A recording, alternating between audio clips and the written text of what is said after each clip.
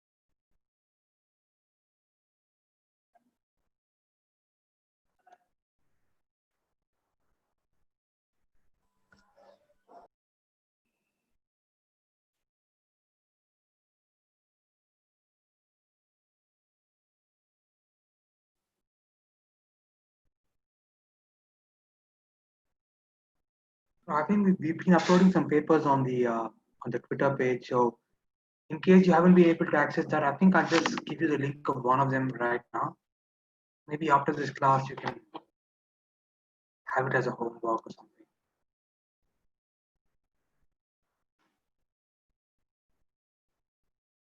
It's a very CLAT-like paper. I'll not the whole thing, just the reading comprehension part, just the English part. So that's the link. And in case someone comes in later, we'll probably that's what we used for the class yesterday. And I think it was a good paper. It was 10% harder than CLAT, maybe 15% harder than CLAT, but maybe you can download that. It's not today's class, it's just a homework for you. And time yourself and see if you can do it in 45 minutes. If you can get maybe 25 questions right in 45 minutes, I think we're okay. So just try and see if you can download that for now. It's not today's class.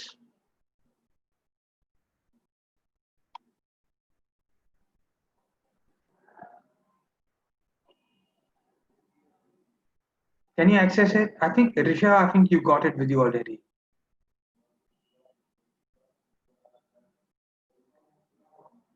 Okay.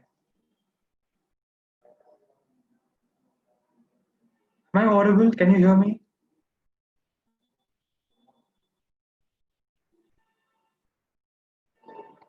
Test my mic.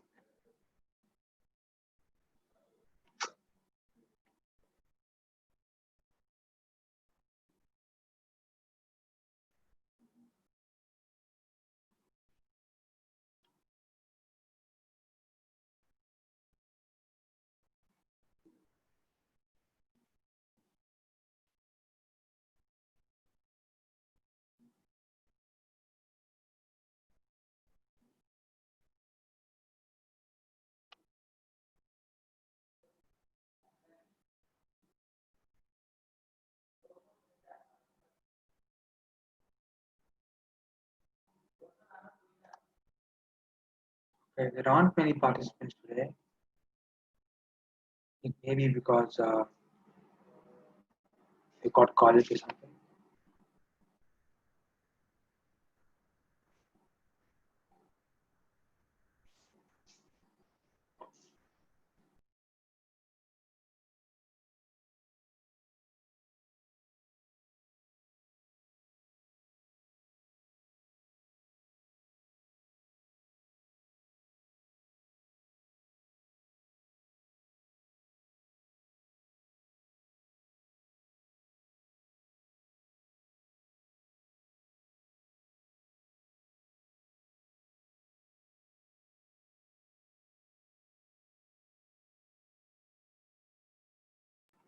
I think they have an examination or something. So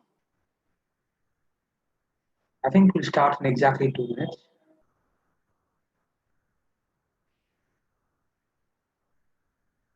But are you able to access the Google Doc I just sent you? Yes, sir. You are able Yes, to sir. access it. Okay. So Is it the VA-56, sir? yeah, it's not for today's class. It's what we did yesterday. Yes, sir. Yes, sir. Okay. I think you'll find it on our Twitter page. And I think we'll post today's class on the page too, so that the other batch can access it. Sir, did you mail the sheet? No, not yet, not yet, not yet. I think we'll take 2 more minutes and then we'll probably Yes, have it sir. made. Yeah. Yes.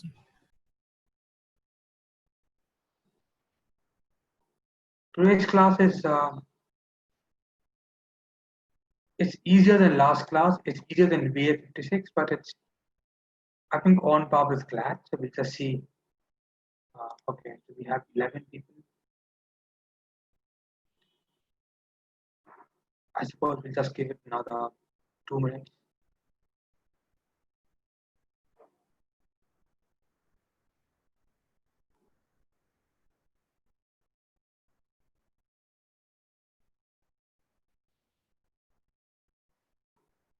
Yes, sir. Did you say something? No, we haven't yet started today's class. I think we'll start in 2 minutes.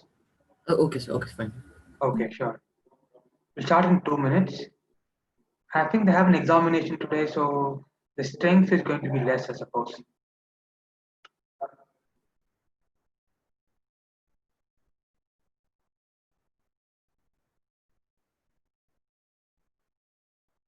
Okay. What type of exam, sir? I don't know. I think some college exam or something. I'm not sure. I'm not very sure. I'm sorry. Okay, fine. Okay. Don't you have an exam? Nothing? That's at college or No, school or? no, So sir. it's going on for me. Okay, yeah. See, he has an exam, so I think. Mine first exam got over, sir. Okay, fine. So your exam got over. So you're relaxed now. Okay. Yeah, I think midterm is coming, right? Okay. Okay. I think we have people coming in now, so we'll give it another 2 minutes. So the thing about the chat system here is that uh, people who come in after the chat, they can't access the link. So it's better we wait for them all to come in. We have 16 participants. I think we'll just give it another 1 minute. Okay, I think we'll start now. There's no point waiting. Okay.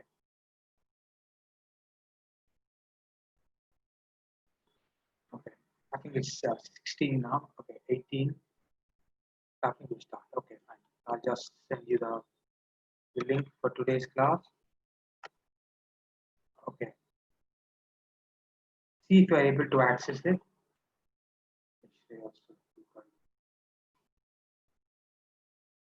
VA-32. VA-32. Yes, yes, very good. VA-32. Okay, I'll send the link once more for the ones who've just joined. Here's the link for today's class. It's a Google Doc. Please click on the link and it's a public file and you will be allowed to download the file. Go to file option and then go to save as or download. So, no, sir. It's download only in Yeah, different or formats. yeah, right click download, anything. And if you can't access the file, please let me know. You can email me at session Karthik, that's my name, Karthik Session, at uh, the rate of gmail.com. So please let me know in case you aren't able to access the file, the worksheet for today's class. If you are, please start with the first question. So it's now 5:03. We'll start at 5:08. Just take 5 minutes and see if you're able to read the passage. It's okay if you can't answer the questions. We'll do it together. And I think this class will make it more interactive. I think we'll ask everyone to answer. So it won't be just me answering questions. We'll try and see if all of us can participate. Okay. So shall we start with the first passage? Yes, please start with the first passage. Okay, we have a new Johnny Chirag. So that's the link for today's class. I've just sent a link in.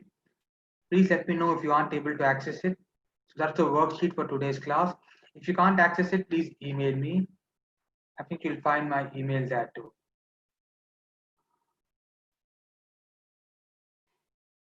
Okay.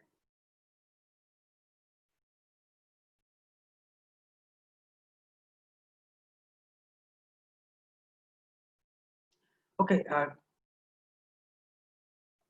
Dimple Ganiga, I think you just joined us now. Are you able to access the chat box?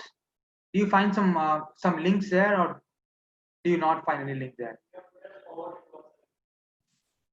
Okay. Find the link, so. Okay, I'll send it once more, just so that I'll just say link to today's worksheet, and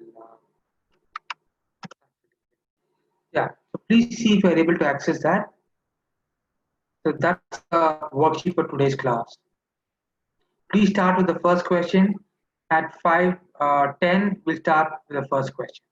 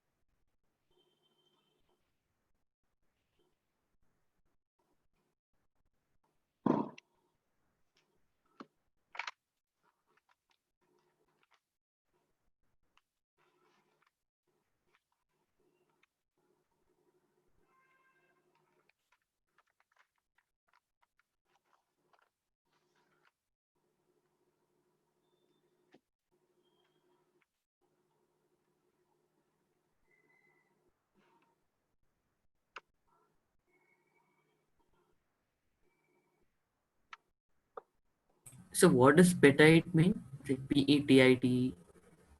Yeah, but I think that's a part of the question.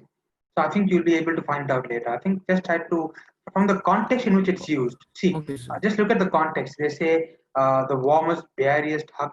It seemed improbable that such a hug could come from so petite a person. So just try and see if you are able to guess. Okay, for the ones who just joined in, here's the link to today's class. That's the link. Please use that. The Google Doc. Please go there and okay, I think I have to do that again. Okay, so I keep doing it. The link to today's class, it's the Google Doc. You'll be able to go there and download it. If you aren't I able to, couldn't access the file, so I sent you an email. oh, you couldn't access the file. Okay, sure. I'll just send it to you. Just give me a moment. Okay, I'm sorry. Okay, are you able to see my screen? Okay, I think we'll, there's the problem. Okay, just give me a moment. Um,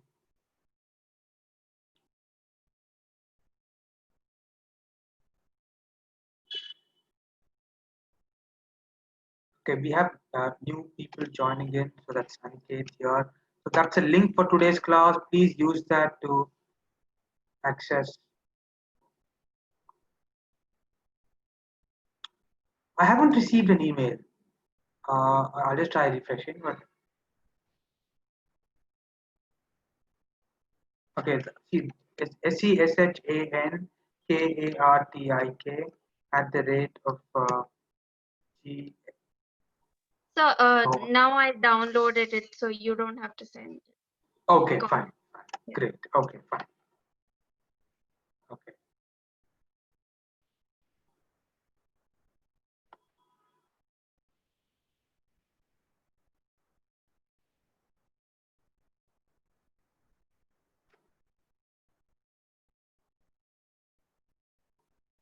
Okay. We have 27 participants. Are we all able to access the file for today's class? Is someone having a difficulty? No, sir. Yeah? No, sir. We can access. Okay. If someone finds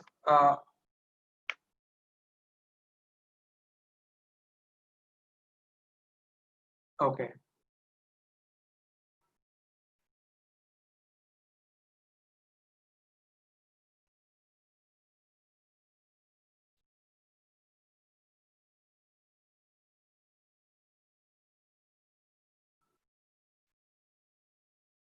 Okay, we'll take 2 more minutes for the benefit of the ones who joined late. So we'll start at 5:12. Okay. Yeah.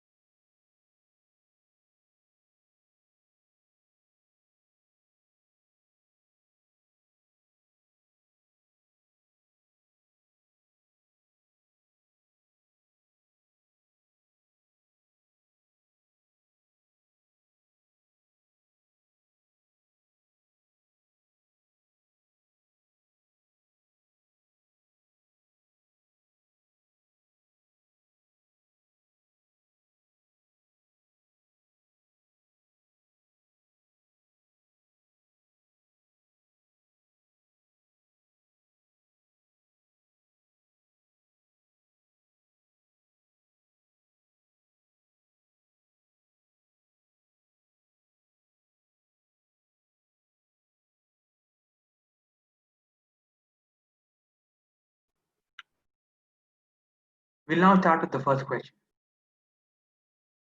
Okay. So what is the central argument of the passage? Have you all read the passage, all of us? Yes, sir. Yes. Okay. So we'll start with the first participant here, and we'll keep going in cycles. So I think we'll start with Ashrita. Ashrita, can you use your microphone? If you can't, you can always type in your answer. Okay. I think people have trouble with the microphones. Okay, fine. So I think anybody can answer. Let's not do that. Okay, fine. So what is the central argument of the passage? Sir, Is is it it A? B. Option C. okay? We have A, B, and C. So I think it's better we go option by option. What is the central argument of the passage? The relationship between the writer of this article and Louis Gleek, winner of the 2020 Nobel Prize for Literature. You certainly can't rule that out because throughout the passage, she talks about her relationship with the author. She talks about how the first experience, about uh, how they had met here, and they said were not at all what I expected. And okay, so their 21-year-old relationship is being talked about. So we can't rule A out. We'll have it in the pipeline. We'll go to option B. An exposition of the personal and artistic character of Louis Gleek, winner of the 2020. What does exposition mean? It means an introduction, right? So is it an exposition to the personal and artistic character of Louis Gleek? Even that cannot be ruled out in a way, because we talk about how she was she was an influence over her work with emerging poets, and she used to conduct this Yale series of younger poets prize, and she again she kind of talks about how she wants poems that are alive even if they want more work. Yeah, and indeed each year she would work on such books with the year's winner and one or two finalists, flying each poet to Cambridge at her own expense. So I think that it is an exposition to the personal and artistic character of Louis Gleek, right? Winner of, yeah. So I think that both of them are okay, at least. But between A and B, which do you think is more appropriate? Okay, so there's both A and B too. Sir, I think C, sir. Okay, let's look at option B. The efforts of Louis Gleek took, the efforts she took to nurture. Okay, that's not the central argument. The Yale series of younger poet, as it was known then, from which the present writer benefited too. No, I don't think that that's the central argument. So is it just A or is it A and B? So that's the question. So is it option A or option C? So It has to option be C. C, sir. Option C, sir. okay. Okay, fine. So it should have been central argument or arguments there. Okay, fine. Um, so fine. So I think it has to be option C because they're both equally central to the passage. Both the relationship of this writer with Louis Gleek and the artistic and personal character of Louis Gleek. They're both central to the narrative, so we can't rule either of them out. I think both A and B is the right answer. Okay. Yes, sir. Yes, sir. Okay, fine. So who says you are not at all what I expected? Who would have thought such a sunny personality could write such devastating poems? To who? So who says that to who? Sir, it's It's B. B. Louis says Yes, sir. B, sir. So Louise says like Louis Gluck says this to the right. Okay, Yes, sir. fine. Because it's followed by this, right? So after this, they say that it was a compliment of a high order and one that troubled me for days. And so it's obviously a compliment that Louis Gleek paid to this writer, right? Writer of this article. Okay, so the writer of this passage said this to Louis Gleek. No, Louis Gleek said this. Yeah, that's the right answer. Very good. It can't be C. It could be both ways as the same, cannot be inferred with any certainty from the passage. No, I don't think that's true. It can be both ways, but it is more likely to be the writer, that the writer said these words to Louis Glebe. Again, that's wrong. So I think that the right answer is bound to be option B. Very good. Okay, let's move on to question number 3 then. So Louise had a mysterious capacity to change her aesthetic approach and still create poems that were unmistakably hers. Which of the following options is a suitable analogy of the same? Option B. Option B. Okay. Why not I- option A? Okay, fine. So lizards and geckos are able to manipulate their skin colors according to their habitat so that wherever they are able to camouflage themselves effectively and effortlessly. I don't think that's right. Right? I mean, I don't think it's not camouflage here, but okay. So, but we can't. It can be either B or it can be D, right? Yes, sir. A and C are ruled out, so it has to be either of these options. So let's see. My mother and I cook a variety of cuisines, but maybe because of the oils we use, or the way we chop vegetables, or the fact that we cannot avoid turmeric, all the cuisines we cook taste like South Indian food, right? So, Sir, I think it's considerable, sir. okay. So what they say here is that even though this person, see, Louise had a mysterious capacity to change her aesthetic approach and still create poems that were unmistakably hers. So what this means is that if you were to read a poem of hers, you would see that you could know that it's her poem because of the style, maybe because of the narrative structure, or because of the use of language, or because of the particularities of that particular poem, right? I mean, her own touch. But even, despite this, what she says, what this writer says is that she has her aesthetic approach changes from one poem to another, but still somehow you are able to identify that. So I think that B is a kind of an analogy. Yeah. So B cannot be ruled out. So I think B is an analogy. So B is the right answer. Okay. So how about 4? From the passage, what can you make out about Vita Nova? So Vita Nova is mentioned here. It's underlined. With Vita Nova, she thought, yeah, yes, please, I'm sorry, yes. So is it a poem? So option D, nothing can be. Okay, fine. So we have option D and we have, okay, with Vita Nova, she thought, I never use repetition or question. Thus, every poem has to include one of each. So you see, with, Sir, is it a figure of speech, sir? okay, so we have people saying it's a figure of speech.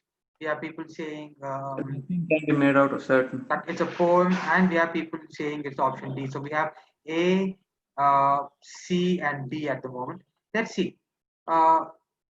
It says with Vita Nova, she thought, right? So let's look at what precedes that. She says, I asked her about it once, and she said she would give it herself. She would give herself little assignments when she started writing again after long silence. With Vita Nova, so it comes from that, right? After long silence, with Vita Nova, she thought, I never use repetition or questions. Thus, every poem has to include one of each, right? So with Vita Nova, so with Vita Nova here means what? After a long silence, right? So it continues from there. So look at the flow of the narrative here. So she says, I asked her about it once. About what? So about how she's able to manage the fact that even though she uses uh, various aesthetic approaches, she's able to write poems that are distinctly hers.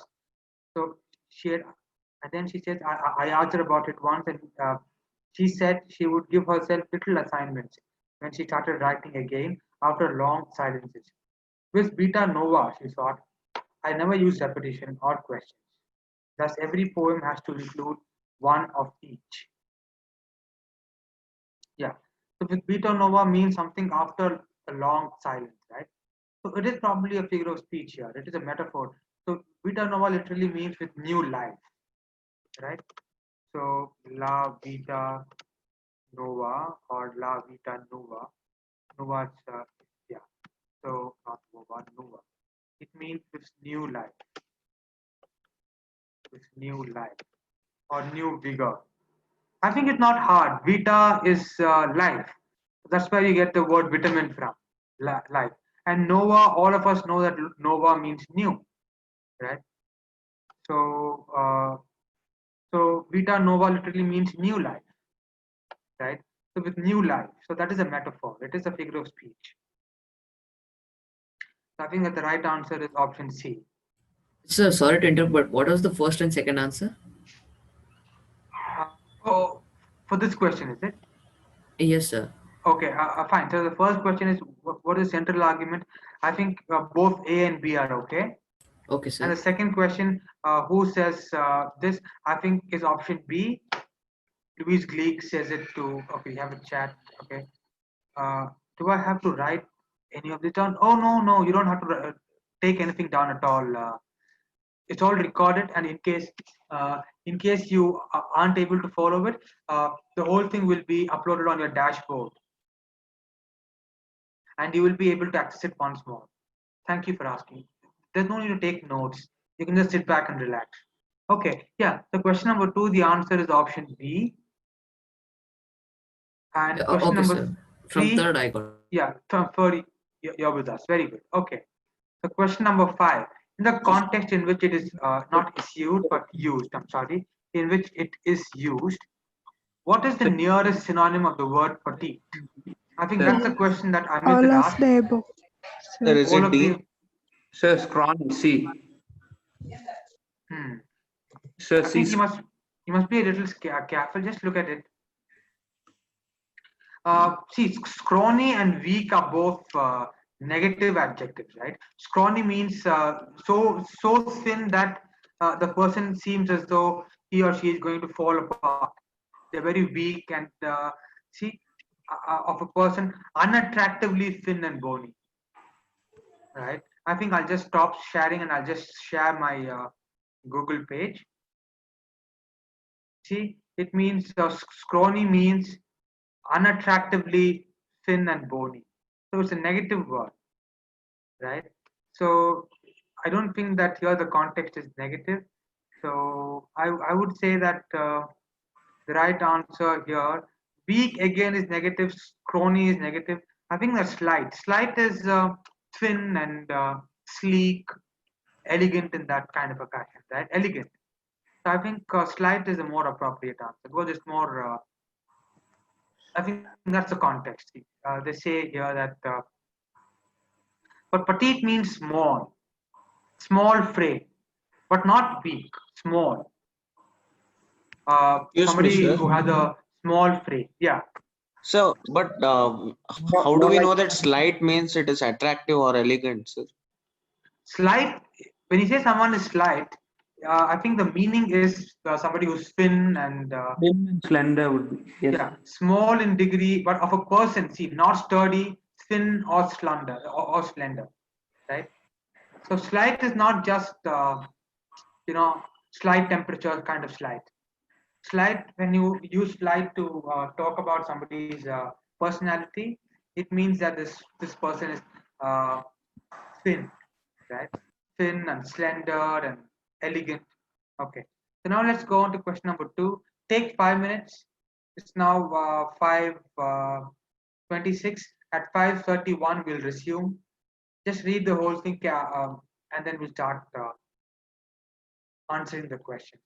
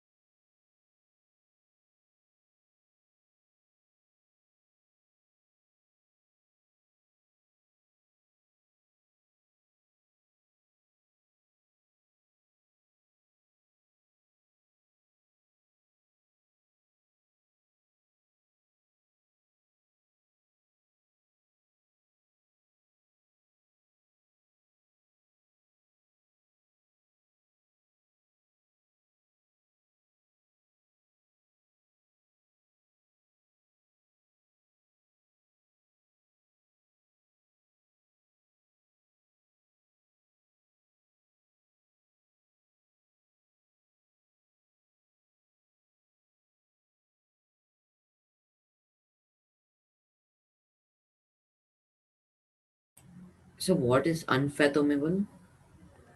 Unfathomable, to fathom is to measure or imagine. Fathom literally means to measure or visualize, imagine. So unfathomable means something that you cannot imagine or something that you cannot feel or understand. Oh, okay. So in the last sentence, notes that toilets as also telephones happen to be for reasons unfathomable, but meaning it is unimaginary. Yeah, something that you can't understand. Oh, Something okay. Oh, mysterious about it. yeah.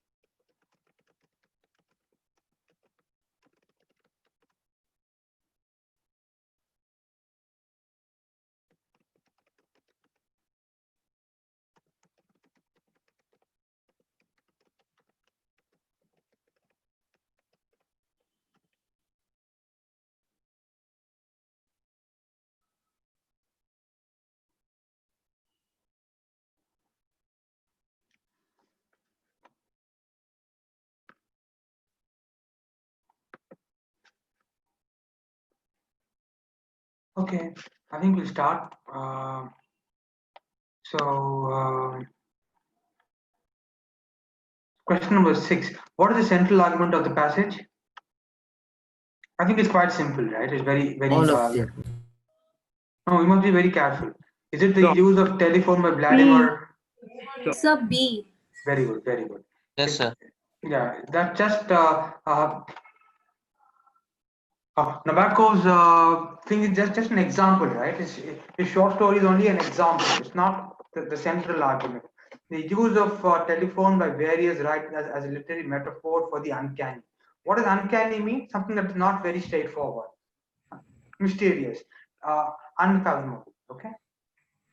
So if it's not, if you can't fathom it, okay. So the effect of the invention, okay, that's just bogus, right? The effect of the invention of the telephone on modern literature, not as appropriate as B. Very good. So B for bucket is the right answer. Very good.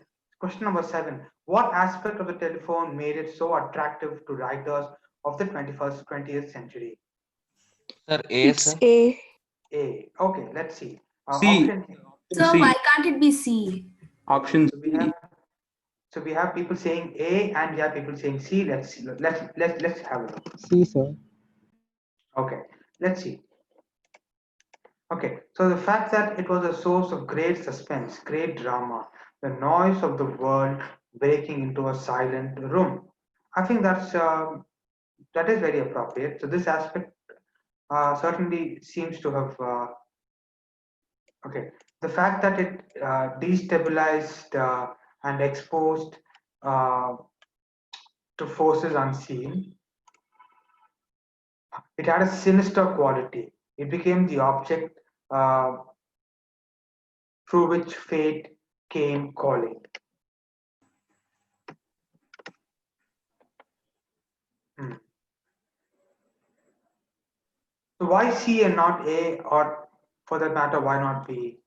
So the same sentence is in the passage itself, I presume. I think all of them are in the passage. Excuse me, sir. Yeah. Sir, they have asked what aspect of the telephone made it so attractive. So Okay. B and C states that it is not a quality of being attractive. It is just a feature, and B is a con.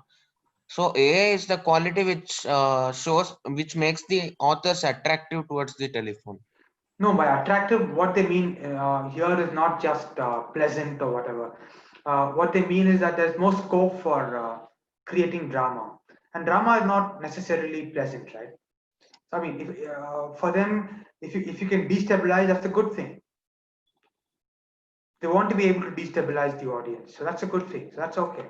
So the fact that it destabilizes, it had a sinister quality. I think all of them. Do you think that A is able to kind of encapsulate all of that? Okay, what if none of the above had been all of the above? Would you now have We could marked have A, selected that option, or sir. would you have marked D? Probably D, sir. C seems more right. Okay, so but what if it had been none, as it is in this question? Sir, I had a doubt, sir. Yeah. So what is the meaning of exposed to forces unseen? Exposed to forces unseen. Uh,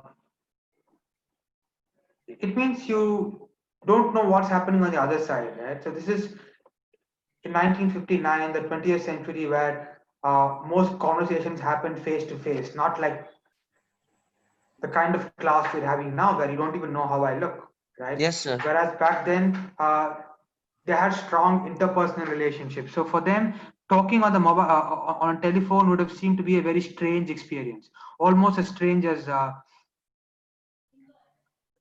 classroom online would seem to us now. Right? Sir, so isn't it a con, sir? No, it's not pro and con. See, for them, they are writers. So if they're able to kind of destabilize, it's good for them. So don't think in terms of pros and cons. Okay, sir. So for them, if you can destabilize the audience, that's a good thing. It's not, and if it's sinister, it's a good thing. So it's not an ice cream. So I think all of them are right. All of them, we can't rule any of them out. But yeah, If you consider option B, it was about Kafka, his yeah. Okay, so they're probably more specific to Kafka. Kafka says that it destabilizes, yes, and even so, the sinister quality. This is more general. C is more general. C. yes, They say here that the since its invention, the landline has been portrayed as sinister. C is more general than B. They say here that it's sinister. Uh, uh, is being portrayed as being sinister, the object through which fate comes to call, right? So that's more general. Again, if you look at option A, the fact that it was a great source of suspense and drama. So if you look at so the sudden drama, the change of meaning, the prospect of death, So I think this story again. So I think even that is kind of specific to let's see, where's suspense and some stuff like that. See, they the landline is a source of suspense in that particular story, right? So suspense and of great and small action. It is a noise of the world entering Yes, sir. almost supernaturally into a room. In fiction, it is a cherished and endangered device, one full of possibility. It could, after all, be anyone calling, right? But since its invention in the 19th century, that's the most general argument being made. So, in case it's none, then I would say that you better go with C. C is a more appropriate answer because it's more general than A and B. Yes, But if sir. it's all of the above, then I think D is the right answer. So if it's none, then C is more general. C is, I think, more appropriate because it kind of encompasses A and it's, see, they So the say question here that so since seven, its invention, yeah. So so it's even more general than, Sir, yeah. so in question they have mentioned century, but according to C, it is 19th century. Okay, no, since its invention in 19th century, the landline has been portrayed as sinister, but in 20th century, it kind of flourished. So probably late 19th century. Yeah, I think that's a very good idea. But the writers who see, I think with writers, I think 20th century is late 19th century, early 20th century. I think it's the whole thing. Okay, I think that's a good point. But 19th century, but I think the landline was discovered towards the late 19th century, maybe towards the dead end of 19th century. You know, the way internet was discovered during the dead end of the 20th century, right? So probably 1897, 1898. So you mustn't take that to pay too much heed to that. So I think if it's none, then I think C is more general. If it's all, I think D is the right answer. Okay, how about 9? That's a very good point. Thank you. So question 9, the offer, okay, the offer refers to the plot of So I think Muriel's eighth Park. one we have skipped. We've skipped 8. Oh, thank you. Okay. Which of the following might render the telephone a not so sinister object anymore? C, sir. Okay. The fact that there is so much noise everywhere, so that the ring of the telephone is seen more as a joke than as something sinister. so So why is options that? Why is that wrong? Okay. B. The fact that most people don't use telephones any longer and mobile phones are hardly sinister. Okay. The fact that we have evolved past that kind of drama. All of the above. this could be anything, no, sir. The answer could be anything. Let's see.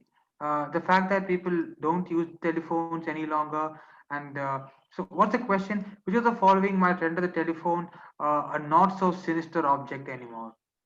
The fact that there is so much noise everywhere, so that the ring of the telephone is seen more as a joke than as something sinister. I think that is a very valid answer. The fact that most people don't use telephones any longer and mobile phones are so mobile phone, which is an equivalent of the 20th century or the 19th century telephone, is not very sinister. If you get a phone call, you don't think of it as sinister, right? The fact that we have evolved past that kind of drama, I think that is true. C could be. So I think it has to be all of the above. Okay, so question 9. The offer refers to the plot of Muriel Sparks' Memento Mori. Okay, so strictly from this passage, what could the Latin phrase Memento Mori mean? From this passage. So don't worry about what you know about it already.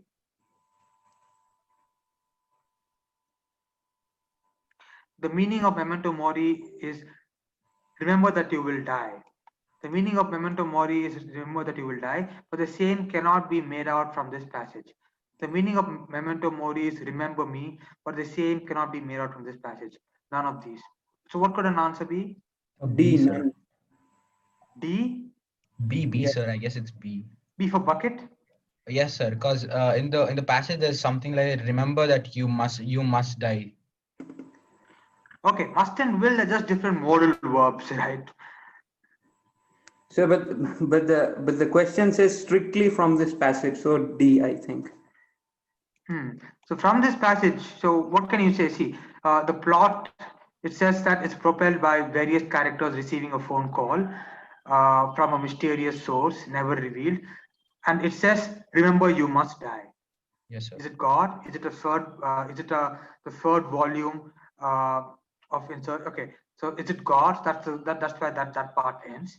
So from this, what can you make out about memento mori? It obviously means remember you must die, right? Yes, sir. Otherwise, you wouldn't have named that, and even that this wouldn't have been mentioned. So it obviously means remember you must die. So the answer has to be A. So the No, sir. So that's remember that you will die, sir. But You B will is die. more suitable. The sentence is remember you must die, right? So remember that you will die, but the same cannot be made out from the passage. Passage, exactly. Why not? See, why else would they call it Memento Mori? See, Memento Mori is the title of the story, and this has been mentioned explicitly. For example, they don't talk about the other things that happened. They only talk about this. So, what can you put one and one together? So, why would they mention the title and also just give you this, and also the fact that it's Mori and this we all know that Mori is die, right? We have words like mordant, mortuary, and all that. So we know that Mori has something to do with die, morbid, and mortgage, and all kinds of words. We know that Mori means die, and also there's remember you must die. So why would they just give you this? They could have given you some random conversation that happens, right? Between. So why is it that every time? So that's the heart of the story, and the title is always the one thing that is going to make you the one thing that you take from the story. So this obviously must mean you must die. So you can infer it. So I think A is okay. Sir, but option A says that the meaning of memento mori is remember that you will die, but the um, sentence in the passage is remember you must die. So Okay, what kind of words are must and will?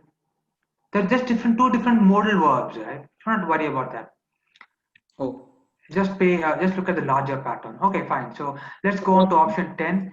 But the question, yeah, strictly from this passage, what Latin phrase memento mori means. So yeah, the word strictly really. what can you infer? See, it's not A plus B the whole square, right? It's what can you infer from the passage? Yes. So what can you infer when you read this? See, you must be able to infer why have they given you this, and then why have they given you this line here? Right? It's not very straightforward. It's not meant to be straightforward, but you can infer it. Yes, and I think that's probably what they want to do. Fine. So what does the word umbrageous mean? Where will be? Yeah. What does the word umbrageous mean? Is it angry? Take your time. Don't be in a hurry. Is it Is it C? Is it C wicked? The umbrageous priestess. Okay, fine. I think this needs some previous knowledge of the. Fine. So is it not wicked? It means dangerous. It means it's option A, angry. So umbrage literally means angry. I suppose if you didn't know that, I don't suppose you could. It means offense or annoyance, anger. Fine. So now we'll move on to question number 3. I think we are a bit slow. We'll stop at exactly 5:56, and we'll start discussing this passage.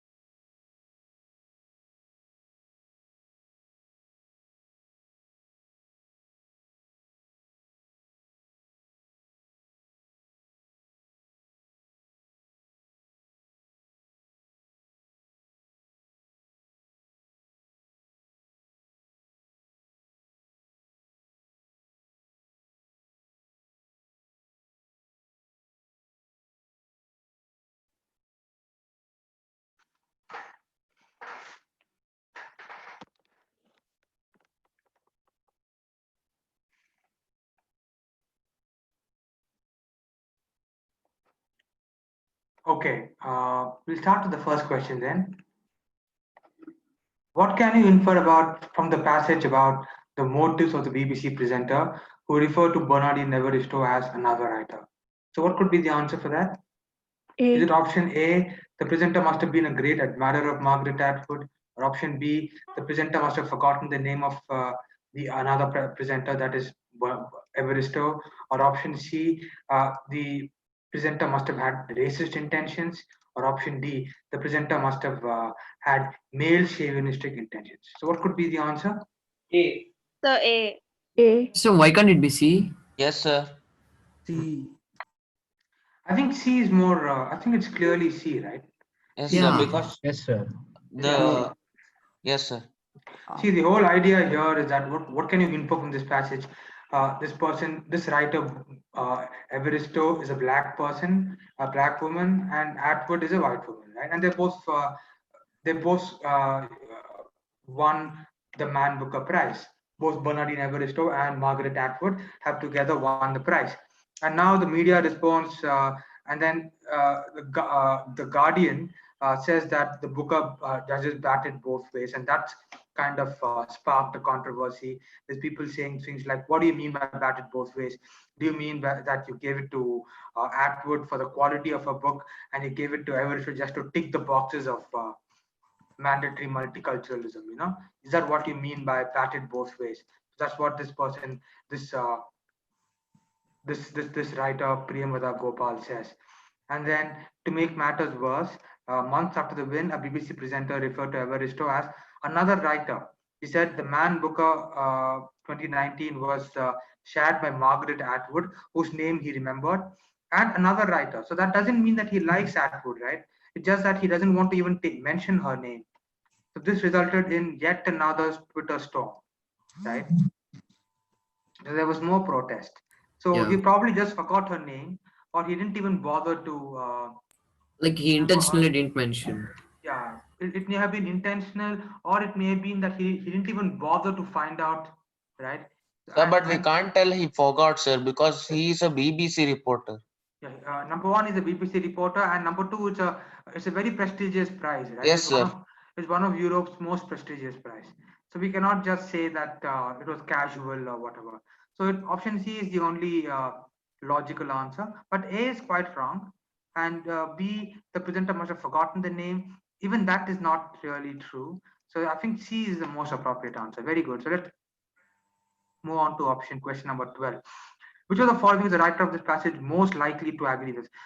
Okay, so the world was an extremely racist place, but racism is not much of an issue anymore. Not much of a problem anymore. Is that right? I don't think so, right? So let's see. I think A is wrong because the central argument of the passage is that Is even about though racism. this person Bernardine Evaristo won one of England's most prestigious prize, still she's being targeted and she's still being discounted, right? Despite the quality of her literary labor, right? So that's the central argument. So I think A is wrong. Let's look at option B. Writers like Meena Kandasamy and Priyamvada Gopal seem to be exaggerating a perfectly normal course of action following something so strange. The Man Booker Prize being shared between two writers for the first time in 50 years. Okay, that does make sense, but it's not. Sir, but they are reacting from the news report, not by the original thing. Very They good. are reacting from the Guardian. That's a very sensible argument. So it's not just the fact that the Man Booker has been shared between two people, but also by the fact that this fine. So anyhow, I don't think B is very appropriate. Let's have a look at C. Had Bernardine Evaristo been a white writer too, the Guardian have chosen would not have chosen not have chosen. I'm sorry, would not have chosen the particular headline that it had, and the BBC presenter would not have referred to her as another writer. I think that's a very likely. Which of the following? I think that the writer is likely to agree to that. Fine. So had Margaret Atwood been a black writer, writers like Meena Kandasamy may not have had cause for complaint. Even that is very logical. But between this, all of them, I think that this is 0%, this is 50%, that's 75%, that's 100%. So is it C or D, sir? Yeah, I think C is 100%. Yes, sir. I think C is a more logical answer here. Okay, so why does the offer refer to the media response as scandalous? Okay, because Margaret Atwood does not seem to have deserved winning the prize. I don't think that's true, right? The writer is not trying to discount Margaret Atwood's book at all, right? So what is scandalous? Scandalous is something that's going to irk scandal. Controversial. Scandalous is I think scandalous is controversial, maybe controversial. I think controversial is the right word. So is it D? Let's see. So option A is wrong. Option B, because Bernard and Evaristo does not seem to have deserved. Again, that's wrong. That's absurd. If A is 1%, B is 0%. Let's look at C. The media may have reacted differently had Margaret Atwood been a black writer. Okay, 50% maybe. The media may have reacted differently had Bernard and Evaristo been a white writer. I think D is more appropriate here. Sir, since we are referring to Evaristo, we can tell C, sir. D, sir. Yeah, I think D is from the writer's psychology and the examiner's psychology. I think D is the most appropriate thing. Okay, see, the thing about before we proceed, the thing is most people can't even read a given passage, right? So that's how they struggle. So the intention with these questions is to see if you are able to read the passage. If you can read the passage and make sense of what's going on, I think you should be good enough, right? So that's the whole purpose. Fine. So what does the word vagaries refer to here? Sir, Yeah.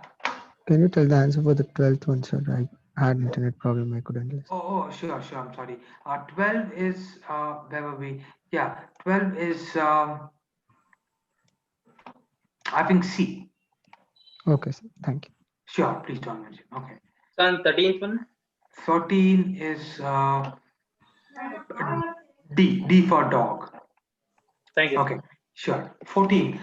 What does vagaries refer to here? The fact that Man Booker Prize has never been won by a British woman of color before. The fact that there hasn't been so much controversy surrounding the Man Booker Prize before. The fact that Man Booker Prize has never been shared by anyone before. The fact that writers like Meena Kandasamy have never reacted so vehemently to the winning of a Man Booker Prize before. So what's the answer? So I think C and D might be ruled out. So what this way? Sir, it can even be A, I think. See, like all such historic vagaries, the sharing of the prize too has stirred up controversy. Okay, historic vagaries means oddity, right? Oddity, something that is not normal, something that is kind of a deviation from normalcy. So what is this? So the fact that has never been won by a British woman, I don't think that is not very right. The fact that there hasn't been so much controversy, the fact that the Man Booker Prize has never been shared by anyone before. Do you think that C is the right answer? No, so they say that once in a 50 years ago, something like that there. So it might be taken like before 50 years ago. They say here that like all such historic vagaries. So by this they mean, what do you mean by that? By all such historic vagaries. So by all such historic vagaries. Events over. So here vagaries means that oddity, right? All such historic oddities. Sir, is it like a vagary means an unexpected situation? So first of all, is it referring to the Bookerman's Prize, sir? Because like all such vagaries, they refer. It can be like a simile or a metaphor, no, sir? What they say here is like all such historic vagaries, the sharing of the prize 2 has stirred up controversy. So what has stirred up controversy? The sharing of the prize. So the sharing of the prize is the historic vagary referred to because it happens so rarely, right? See, they say here that for the first time in 50 years, the prize has been shared by someone. So for 50 years since its inception, the prize has never been shared by anybody. So that is the historic vagary here. It's a trick question. So the answer is C. The fact that where were we? Yeah. So vagaries. Yeah. So the fact that the Man Booker Prize has never been shared by anybody. Are we okay? Yes, sir. Very good. 15. What can you conclude from the passage? Okay. So what is the writer's central motive? Structural racism still exists in British psyche. I think that is true. Yes, Structural sir. racism still exists because we still are not able to look at colored people as Equally. yeah, equal, as intellectually capable, artistically capable, etc., etc. So A is okay. Books that get shortlisted for the Man Booker Prize become chart toppers, not central. Heavyweights like Salman Rushdie have been shortlisted for this year's Booker Prize, not central. Ducks by Lucy Ellman, an experiment in stream of consciousness, must have won, again, not central. Fine. So I think the central of is A. I think that's quite straightforward too. So I think that's the one hard question here. Fine. So the next passage is quite short, but the questions are quite hard. See, it's just a 225 word passage, but the questions are quite hard. So we'll start at 6:13.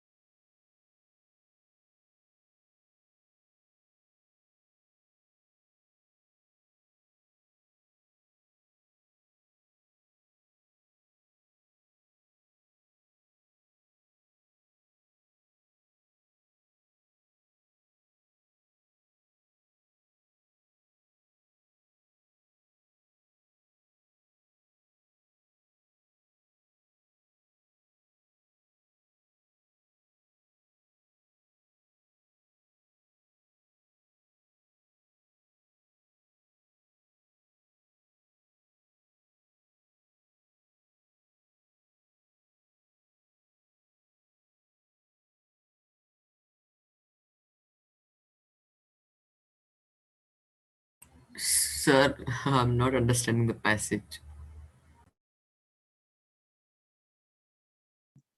That's fine. We'll just try and see if you can answer the questions and see how far you can go. We'll start. Okay. Oh, I think I've just give me a moment. VA-32. Right. So I think it's a very short passage. I'm sure you've all read it. So let's look at question 16 is here. So which of the following best expresses the central idea of the passage? Finish. Just. Let's see. So whereas weather is gauged in other parts of the kingdom by the standards of the farmer, the gardener, and the weekender, in Galloway it is gauged in terms of fish and paint. Okay, I think that. So it is one of the fact. Yeah, it's mentioned here, right? They say that if one lives in Galloway, one fishes or paints, right? And then they go on to say that weather, which in other parts of the kingdom is gauged by, gauge is to measure, right? Measure is gauged by the standards of the farmer, the gardener, and the weekender, is considered in Galloway in terms of fish and paint. And then they go on, the whole passage talks about fish and paint, and then how they go to cozy baths, and they discuss again fishing and painting, right? Mostly fishing and painting. So I think A is a very viable answer. We'll have it in the pipeline. Let's look at B. The scenic beauty of Galloway and its many cozy bars, which make it suitable for painters, and the fact that its water bodies are full of fishes have turned these painters also into fishermen. Now that's wrong, because what this option seems to claim is that the citizens of Galloway are primarily painters, but because there's a lot of fishes, they also paint, whereas this may not be the case. B is wrong. Let's look at C. Galloway is full of eccentric painters who discuss fly fishing in cozy bars where the weather is too cold for fishing. Not the central argument. It's not the central idea. It's not comparable to A. A is clearly the central idea. Let's look at D. Fish is a standard topic of conversation in the pub and the post office, in the garage and the street, with every sort of person. So Galloway is full of fishermen who also paint. Again, B and D are mirror images. So and for that reason they're both wrong. So B seems to claim that they're all painters who also fish. D seems to claim that they're all fishermen who also paint. They're both. So why wrong. is B wrong, sir? Because B seems to say that that they are primarily painters, and the fact that there are water bodies are full of fishes have turned these painters into fishermen. So they have mentioned it, no, sir. Most of the painters are fishers also in their spare time. So their primary job will be painting, no, sir. They do fishing in their spare time. Okay, yeah, they fish in their spare time, fine, but see, most of them are not. See, what they say is that either is perhaps missing. See, the first line is, if one lives in Galloway, one either fishes or paints. So next line you see, sir. Either is perhaps misleading. For most painters are also fishers in their spare time. So this does not mean that all fishers are also painters, right? No, sir. No, sir. I was telling about B option, sir. It may be correct, sir. No, it's wrong, because see, what this says that either is wrong. For most painters are fishers also in their spare time. But this does not say that all fishers are also painters. And also it does not say that there are people. So yeah, so you could have people who are primarily fishers who also paint a bit. Okay, sir. So that doesn't. I mean, I think that at any rate, even then, I think between A and B, A is clearly the most central argument. There's no doubt about A. I think A is the answer here. Let's look at B. The word locks is supposed to rhyme with box, right? The word locks in the passage might come nearest in meaning to which of the following. So what's the answer here? C. Lake. C for cake. Lake. Yeah. Lake. Very good. Okay, I think it's they say the locks is full of fish. So after one night of rain, right? So weather so is considered the fisherman the bargain. So I think yeah, I think lake is quite clear. It's clear quite clearly the answer. Fine, we'll just Excuse me, sir. yeah. What was the 16th answer? I had some network issue. 16 is A. A for Okay, apple. thank you. Sure. Thank you, sir. Sure. Okay. So yeah. So the rain that interrupts picture making puts water into the rivers and the locks. So and the locks and sends him hopefully forth with rod and creel. Creel is a kind of a basket in which you put fish after you catch the fish. So locks has to mean something like river, so it can't be a pond or what, it can't be a little puddle or whatever. So pond could have been a potential answer, but because there isn't pond, ditch no, valley no, pit no, estuary no. I think C is quite clear. Fine, very good. Let's look at 18. Cardinals and March Browns. Sir, Yeah, why can't it be pit? because I guess after one night of rain, you could have a pit full of water, but can you have fishes in the pit? I don't think that you could have fishes in the pit after one night of raining. A pit is what? Just a hole in the ground, right? So after one night of raining, Yes, you sir. could have a pit full of water, but I really doubt if overnight you could have fishes there, right? Because fishes accumulate over a period of time. So okay, so Okay, sir. let's thank you. Let's look at 18. Cardinals and March Browns are most likely to be which of the following? Okay, so they've even given you a clue here. The clue is that uh, they want you to consider this, the last phrase and practice making intricate knots. They say that practice making intricate knots in the gut, and they say that gut was the raw material from which the larvae of okay and a species of Asian moth spun silk used in fly fishing. So it's used in fly fishing. So from this, you have to be able to guess what it could be. So option C. Can you rule something out? See, we So can't we can rule. rule E. We can rule movies out. We can rule out beer. Here. To some extent, right? See, because they say and exchange information about cardinals and March Browns.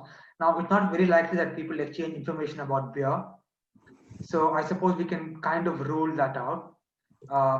And even movies, because they don't, it's got nothing to do with movies. So I suppose we can rule that out too. And C, okay, so fishes and this are probably the most likely answer. Now we must make a guess. And because they say that cardinals and March Browns are, Sir, Cardinal can be, sir. Yeah? Sir, Cardinal is a brewery, sir. It's a beer company. Okay. Okay, that's not very relevant, but still the point is, even if it is, okay, it may be, I don't know about that. I'm a teetotal, but still, even if that is the case, why would they exchange information about it? I don't think that normal people would go about exchanging information about beer, but I don't. Okay, fine, but okay, let's not rule beer out. I'm not very sure, but let's not rule it out. But still, if you look at this, Like if you consider the line, like C will be more appropriate. yeah, they say practice making. See, exchange information about this and practice making knots in the gut. So knots in the gut. From the clue, we can make out that it's a terminology that's got something to do with fly fishing, right? Okay, so and therefore we can infer that cardinals and March Brown have to have something to do with fly fishing. So they are probably artificial fly tied to the end of the reel of a fishing rod. So I think C is the most appropriate answer here. Okay, I'll try and see if I can rephrase that sentence and see if you can maybe the last paragraph, maybe and practice making intricate knots in the guts for fly fishing. Maybe if we just had for fly fishing here, then there's probably no need for the clue. And I suppose you can infer that cardinals and March Browns are probably, yeah, they are probably artificial flag. Okay, and then the screw won't be necessary. Okay, so right. So 19. Which of the following may be inferred from the tone of the passage? Galloway is famous with tourists for his painters, for whom fishing is only a sport. Okay. We don't know if Galloway is famous for that. Galloway is famous with tourists for its fishing season and its painters who you can discuss fishing with in its cozy bars. I think this is a very, very liable answer because look, if you look at this part of the sentence, they say uh, fish is a standard topic. Okay. Okay. From the man who arrives for the season with 3 hardy rods and a Rolls Royce, right? To the man who leads a curious contemplative life. So if it's famous, when you say it's famous, we mean it's famous outside that place, right? So it's famous for its season, for the season. So they come for the fishing season, right? So I think that is a very, very viable answer. Let's look at C. Galloway is famous with tourists for its weather that is suitable either for fishing or painting or the cozy bars. I don't think that C is more. They don't talk about weather, I guess. Right, very good. Galloway is full of eccentric landlords who are neither painters nor fishermen. No, sir. I think that's a bogus answer. So I think B is the most likely answer. Okay, fine. So from the tone of the passage, which of the following do you think the writer of the passage is least likely to agree with? Least likely to agree with, right? So the landlords of the cozy bars, who are neither painters nor fishermen, are very amiable people, are liked by all, not eccentric at all. See, they're trying to play the fool with you, right? So what they say here in the first line is, if one lives in Galloway, one neither fishes or paints, right? Now, and then they say that to be neither of these things is considered to be eccentric. And then they say that because a person is a landlord, and this landlord is neither a fisher nor a painter, so this person is not eccentric. So it's just this is just a kind of a hyperbole, right? It's just uh, an exaggeration. It's not a serious statement. Whereas in option A, they are taking this statement seriously. So it's just a joke. It's not to be taken seriously. So option A is absurd. Are you able to understand Yes, sir. why option A is wrong? Okay. If you want me to repeat it, I think I'll repeat it. Are we all okay? Fine. So So, can repeat it once. Definitely. See, so the argument here is that to be neither of these is considered odd and almost eccentric. What does that these mean here? Painters and fishermen. So if you're neither a fisherman nor a painter, this statement says that you would be considered eccentric. It's obviously a hyperbole, right? Hyperbole means exaggeration. It's an exaggeration. It's a joke, not to be taken seriously, not to be taken at face value, right? It's not a factual data, just a joke. Whereas option A takes that statement seriously. It says that the landlords of the cozy bars, who are neither painters nor fishermen, are very amiable people. Amiable means garrulous, friendly, and they're liked by all. They're not eccentric, and therefore, they say that this writer is wrong.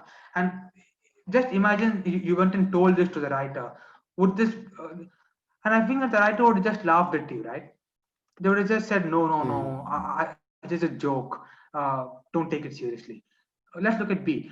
Most painters of Galloway don't do landscape painting, but portrait sketches. How about that? I think it's not mentioned in some.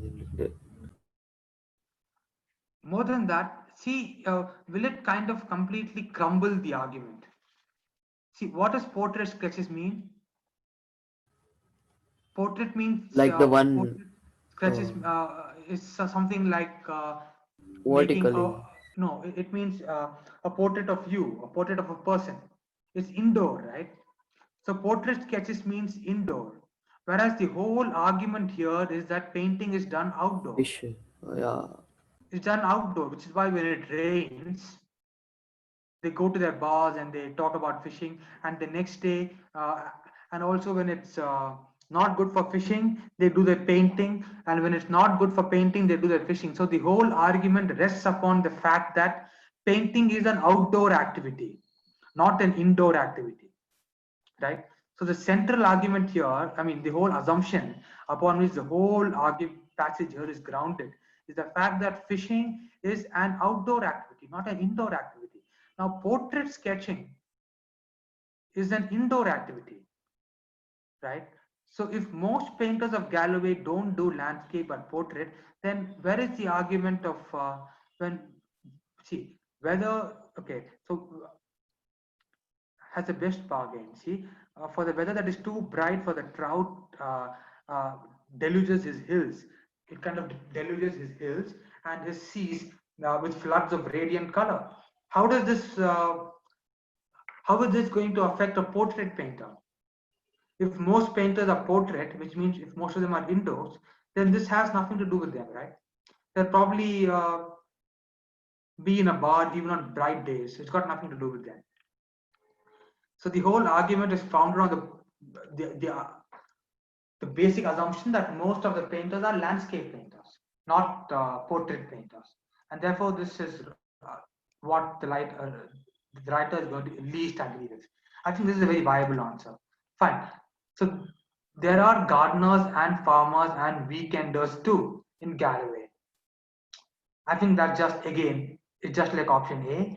Most of the argument in the cozy bar are about politics and not about fishes at all. Again, I think option A, C, and D, I think the writer would just have laughed at you. But B is a very serious argument. I think B is something that the writer would have taken very seriously, and the writer would have tried to repudiate you. So I think that C is. Isn't B and D similar, sir? Isn't? B and D similar. In B, they're telling about the paintings, while in D, they're telling about fish. So both are important, no, sir? No. See, most of they don't discuss fishes, but they discuss politics. They can always discuss politics and then go back to fishing, right? There's nothing to discuss. Okay. Okay, So I sir. think, yeah, I think that B is okay. Fine. So now I think it's 6:33, 6:38. I think we'll start with question number 5.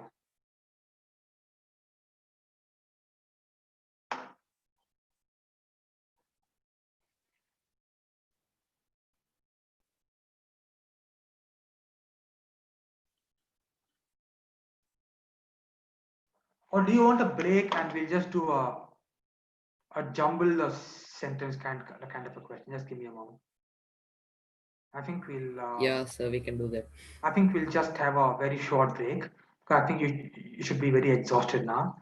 I'll just go to a slideshow and I'll make it from the beginning. So, but can we discuss the 18th one at the end, sir, once again? Yeah, sure, definitely. Okay, sir. Or we can even do it outside the class in case time doesn't permit. Are you able to see my screen now? Yes, sir. How about now? Yes, sir. Okay, so Yes, find sir. the odd man out. So you have 5 sentences here. Try and see if you can find the odd man out. Because I think we have time. We have half an hour. We'll do 2 questions. Just take 2 minutes or 3 minutes and see if you can do it.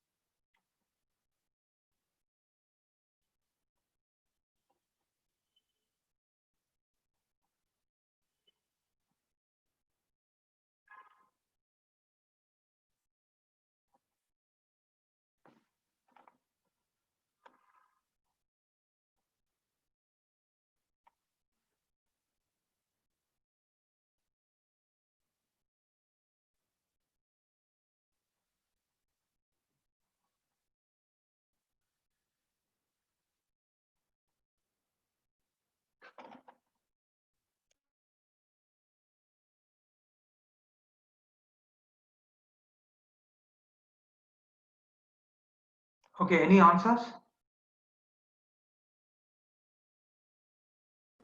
Sir, is it 3? Sir, is it 4? Somebody said Maybe 3. 5. Okay, we have 3, 4, and 5. Okay, who said 3? I did. Harshita? No, my name is Lasya. Last year, I'm sorry, fine. Who said 4? We just have names. So me, sir, Vasishta. Okay, who said 5? So, Kirti. Kirti. Okay, fine, thank you. We'll see. Okay, so I suppose to answer things like this, we need to be able to arrange them in some kind of an order and form a very short, coherent paragraph, and then find the sentence that doesn't fit in, right? So we'll see. So let's look at the first sentence. We've all seen the video dozens of times now, but it's worth clinging to the initial shock. Now, this can't be the first sentence because they talk about the video, so it's being referred to. So the video has been referred to earlier. Okay, when I first saw the footage of George Floyd being asphyxiated by a policeman's knee on his throat, my reaction was pretty standard. So that obviously is the first sentence, right? So let's take a pen and write down what the first sentence is. So 2 is obviously the first sentence, no doubt about that. American data collection on police violence is lousy. I'm not very sure about that. Let's go to option 4. The better to appreciate that America's spontaneous collective revulsion in response to such grotesque abuse of power was genuinely commendable. Okay, I don't know. My eyes bucked and I stood up and I exclaimed something like bloody hell. So that obviously is the second sentence. So 5 is the second sentence, right? Just think of it. So this person saw the George Floyd footage, and then they got up and said, my eyes bugged, and I stood up and exclaimed something like bloody hell, something like that. And then the first sentence is probably the third sentence, right? We've all seen the video dozens of times, but it's worth clinging to that initial shock. So that's the third sentence. So what could the fourth sentence be? The better to appreciate that America's spontaneous collective revulsion might be in 4. response to such grotesque abuse of power was genuinely commendable. Sir, it was Fine. 3, sir, the fourth sentence. So the fourth sentence has to be 4. So American data collection on police violence is lousy. It's got nothing to do with any of these 4 sentences. So the first sentence is 2. The second sentence is 5. The third sentence is 1. The fourth sentence is 4. So the odd man out is question number 3. So very good, last year. Sir, can you explain fourth one, sir? Okay, no annotation, please. Okay, I'll have to disable participant annotation. Okay, so yeah, so the fourth one is at the end of all that, they say the better to appreciate that America's spontaneous collective revulsion in response to such grotesque abuse of power was genuinely commendable. It means that it's good that the American revulsion has been commended, it's been appreciated. So that's obviously the last sentence of this passage. And the odd man out is question number 3. Okay, now we'll go back quickly to today's stuff, and we have 20 minutes, I suppose. Yeah, 20 minutes. We'll take just 4 minutes and do the next passage, please.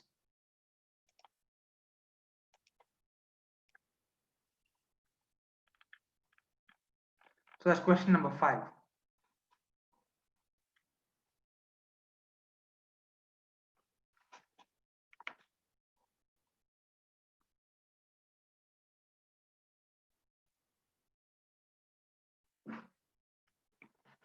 So what does schools mean here? I think school here is a collection of fish. Oh, fine. Okay, I think that this question, I think we'll have it as homework. 5, I'm sorry, we'll do 6 now. 5 is homework, and if any of you is not able to get the answers, please WhatsApp us, WhatsApp anybody, and we'll get back to you, or you can always email me or do anything you want. Now, please go to, that's my email ID is stationpassport at gmail.com, sessionpassport@gmail.com. So please email me, or you can come to our Twitter page. And I think we'll have the answers put up tomorrow. But now please go to question 6 because we may not have time to do both. So let's finish question number 6. And 5 is homework for you.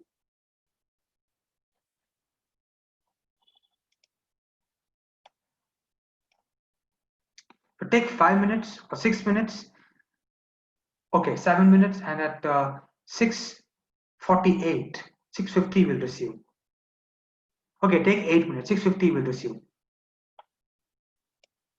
Why am I sharing this now?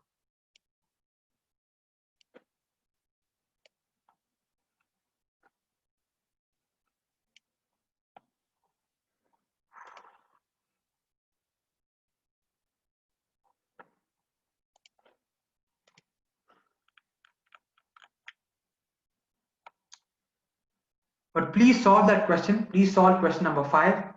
Please don't forget to solve it tomorrow or today or anywhere, anytime. But take 8 minutes now. 6:50 will receive. Thank you.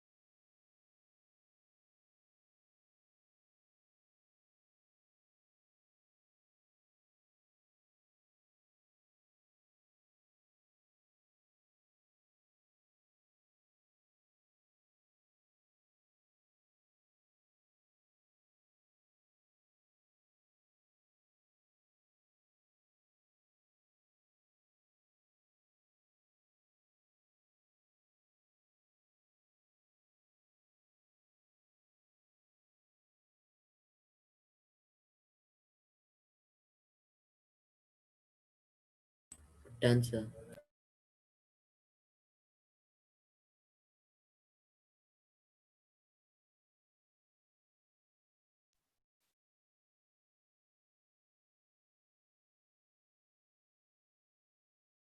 We'll give it another 3 minutes.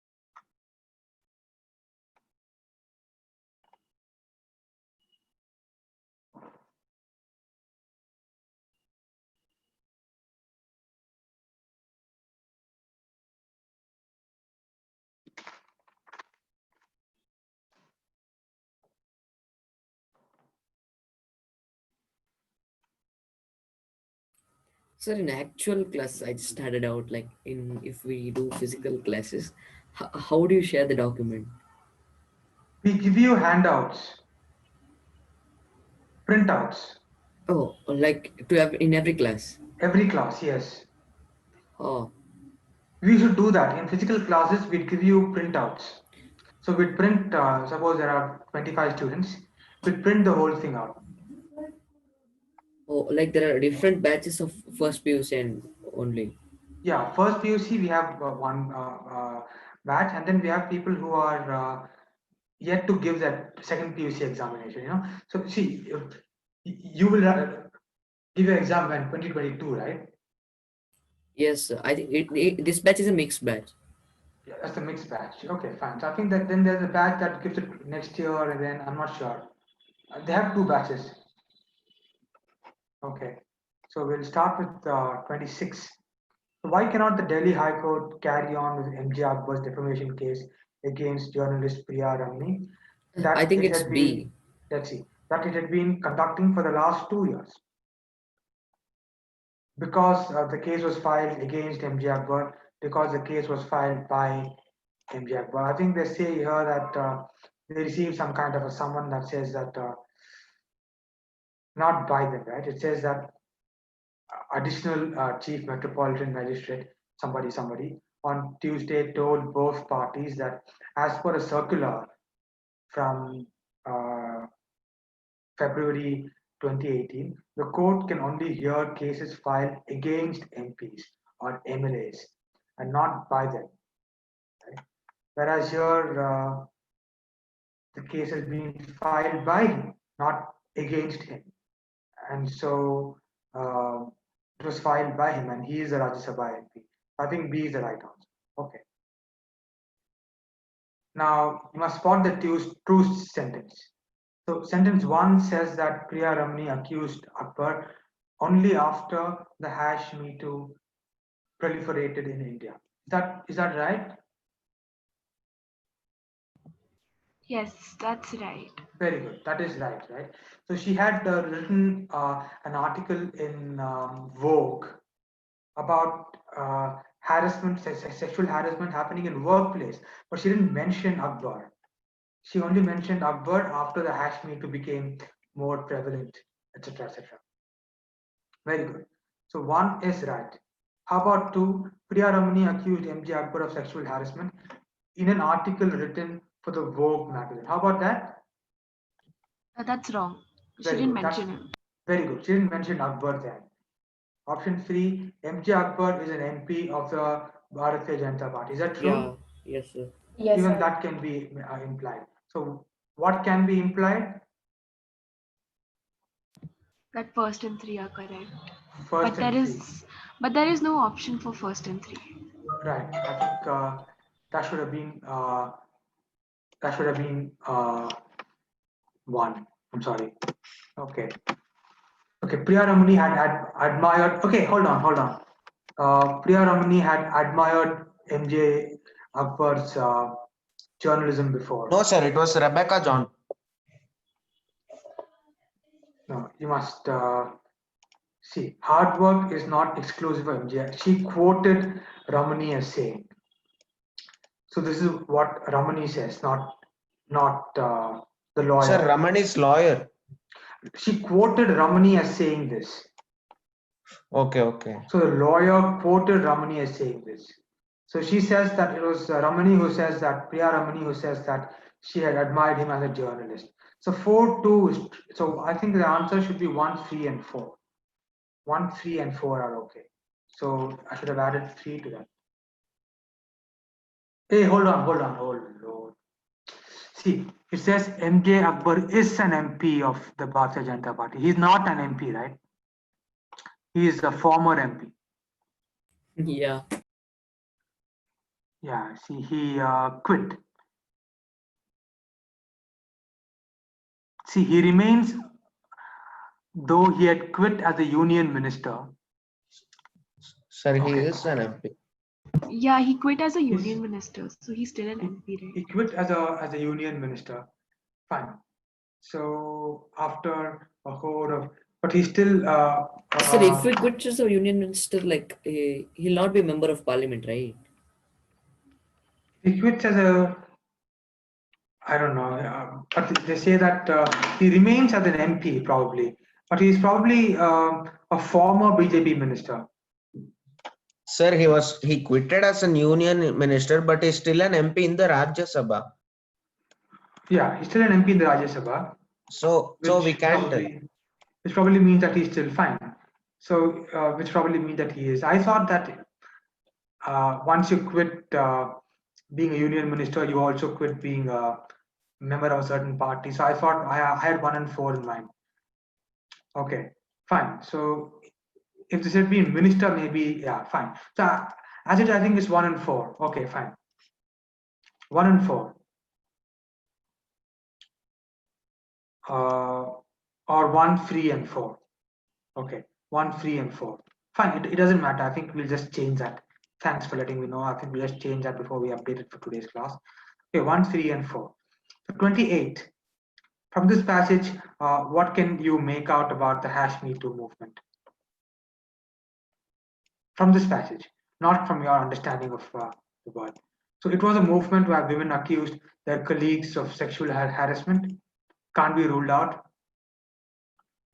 It was a movement where women accused their colleagues and bosses who had harassed them in the past, but against whom they were unable to press charges because of there being no platform.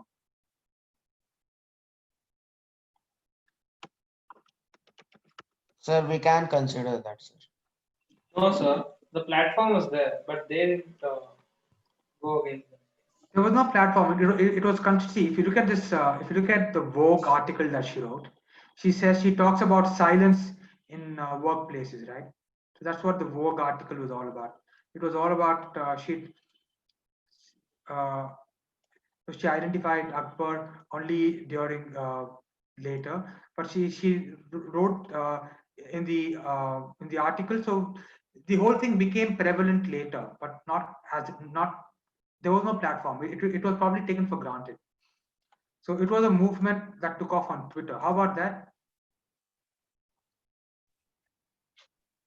Yes, sir.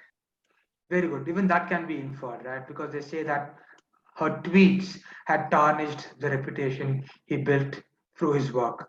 So we can The make end, out sir. that. So we can put the tweet and from the fact that the hash me too, we can put one and one together and make out that it got something. So B and C. So both B and C. Okay. So the nearest synonym to the word acquitted is which of the following? Exonerate. Is it exonerate, or is it abjure, or is it absolve, or is it? It can be A, but between A and C, which is more suitable? Okay, how about D? D is the opposite, right? D is indict. Indict is the opposite. So what is the answer Abjure, of the last question? 28. Yeah. 28 is B and C. Okay, fine. Option D. Yeah. So here absolve and exonerate are okay, but which is more suitable? I think absolve Sir, exonerate. I think exonerate is more suitable because absolve is just to kind of forget or to it's not as serious as exonerate. Absolve literally means to make somebody less guilty about something. But whereas exonerate or exculpate, these are words that are more legal in that sense. They're more nearer to acquit. Yeah. So abjure is different, right? What does abjure mean?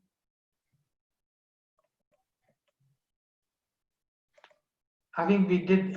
If you looked at the words that start with A and B, if you look at the word jur, jur means jury. It means to hear. Abjure. What does abjure mean? Okay, I think I'll leave that as a homework too. The two words for you: abjure and adjure. So I want you to find out the meaning of these two words and make a note of it in some kind of a notebook, or you'll keep forgetting it. So abjure is a word you must know. It's a very legal word. Okay, how about question number 30? But his conduct with me and the shared experience of other women do not justify his compliment. In this Sir, is it sentence, complaint or compliment, sir? complaint. So in this sentence, this complaint refers to what?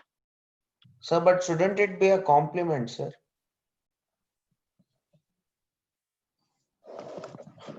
What compliment? So because she has stated that she had admired him as a journalist, but because of his conduct with her and No. Okay, fine. I don't think that's right. But just try to answer this question. Answer 30. That's wrong. You aren't thinking in the right direction. Try to answer question 30. Can we see? It's referring to the 20 women who accused him of harassment. Very good. Very good. Okay. Excellent. Fine. Let's look at the first answer. The fact that MJ Akbar had worked very hard, that does not justify what? No. The fact that MJ Akbar felt that his reputation had been tarnished, the complaint of 20 women, yeah, fine. So, see, the thing is that he says that he's worked very hard and now he feels that after an entire career of working hard, his reputation has been tarnished. And she says that, but this conduct with me and the shared experience of other women does not justify this complaint. This complaint made by whom? This complaint made by MJ Akbar. Made by MJ Akbar that his hard work has been rendered useless now, right? So very good. So I think that the answer is C. C for cat. The complaint of the 20 women accusing Akbar of harassment. Okay, I think we have maybe 5 minutes and So we'll stop now. But is there so please try and look at solve the. Okay, I think for the ones who just joined now, I'll just give you the link of the other worksheet that you can solve at home. Please time yourself for 45 minutes and take it as a test. Please turn your mobile phones off, and it's an offline test, and try and see if you can solve it and see if you can. This is, I think, 10% harder than CLAT. Your CLAT won't be this hard. It's 10% harder than CLAT, but I'll just give you the link. Please try and see. So if like you're one able- that was posted on Twitter. Yeah, on the Twitter page. I'll just give it once more for the benefit of the ones who joined late. So that's the link. Please download that file and see if you can solve it tomorrow, and let me know. And also every day on our Twitter page, we are trying to post one question a day. I think we posted one question today, and I will soon put it on the WhatsApp thing too. So just try and see if you can solve that too. So when I one will question get a the day. answer for this, sir? For what? For the question sheet which you sent now. In this particular worksheet? Yes, so VA-56. VA-56, I think we'll put it up tomorrow. Okay, sir. Thank you. So, and also I think that's a Twitter page you can follow us there, or I think we'll see if we can WhatsApp it to you. So one question a day, one RC per day will really help you. I think it'll help you with your examination. So I think we'll wind up now. I think it's 7:03. I think we'll wind up now. So please try to solve these. And also I think I'll give you the link. Those of you who don't use Twitter, I think I'll just give you the link for the one question just for today. I think from tomorrow we'll have it on the WhatsApp page, but just for today, maybe now after dinner or something, you can just try and solve it. I think that will just give yourself 7 minutes and see if you can do it. Sir, is it there in Twitter, sir? Yes, it's there on the Twitter page. And I think tomorrow Okay. we'll post the solutions. And Thank we'll you. see if we can contact you through WhatsApp too. Okay, thank you very much. Goodbye. All the best. Good night. Any Thank doubts? you, sir, for a wonderful class. Thank you. Bye. Bye. Good luck. Thank you, sir. Thank you, Thank sir. you. Thank you so much. Bye. Bye. Thank you, sir. Thank you. Bye. Good. Good luck. Thank you, Good sir. luck. Good luck.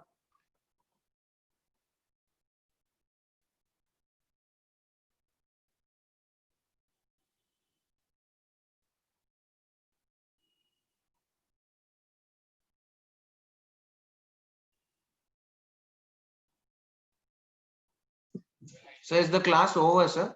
Yes, yeah. Please log off. Thank you. Thank you. Good night. Bye. All the best. Thank you, sir. Good evening. Good evening. Bye.